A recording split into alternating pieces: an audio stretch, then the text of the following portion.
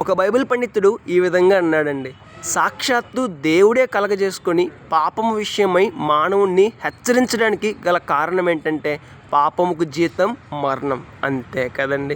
చాలామంది వ్యక్తులు పాపముకు జీతమైన మరణాన్ని గురించి ఆలోచించకుండా దేవుడు ఎన్నిసార్లు హెచ్చరిస్తున్నా, ఎన్నిసార్లు బుద్ధి చెప్తున్నా, ఎన్నిసార్లు గద్దిస్తున్నా, ఎన్నిసార్లు మాట్లాడుతున్నా సరే దేవుని మాట పట్టించుకోకుండా తమ సొంత ఇష్టాన్ని నెరవేర్చుకుంటూ ఉన్నారు, తమ సొంత ఇష్టాన్ని జరిగించుకుంటూ ఉన్నారు, రేపటి దినాన నష్టాన్ని కోరుకుంటున్నారు. ఒకసారి ఆలోచన చేద్దామండి. సాక్షాత్తు దేవుడే కలగజేసుకుని మానవునితో మాట్లాడుతున్నాడు. ఎలా మాట్లాడుతున్నాడు, ఏ విధంగా మాట్లాడుతున్నాడంటే తన గ్రంథమైన పరిశుద్ధ గ్రంథం ద్వారా మానవునితో మాట్లాడుతున్నాడు. అవునండి, పరిశుద్ధ గ్రంథమైన బైబిల్ గ్రంథంలో పాపం గురించిన హెచ్చరికలు ఎన్నో ఇవ్వబడ్డాయి. ఎప్పుడైతే మానవుడు చదువుతాడో దేవుని మాటను గుర్తిస్తాడు, తన జీవితాన్ని మార్చుకుంటారు. చాలామంది వ్యక్తులు పరిశుద్ధ గ్రంథాన్ని చదవడం మానేస్తున్నారు, దేవుని మాటను వినడం మానేస్తున్నారు, దేవుడిచ్చిన సలహాలను తీసుకోవడం మానేస్తున్నారు, దేవుని మాటను పట్టించుకోకుండా తమ సొంత ఇష్టాన్ని నెరవేర్చుకుంటున్నారు, చివరికి నష్టాన్ని పొందుతున్నారు. కాబట్టి సాక్షాత్తు దేవుడే కలగజేసుకొని పాపం విషయమై మాట్లాడుతున్నప్పుడు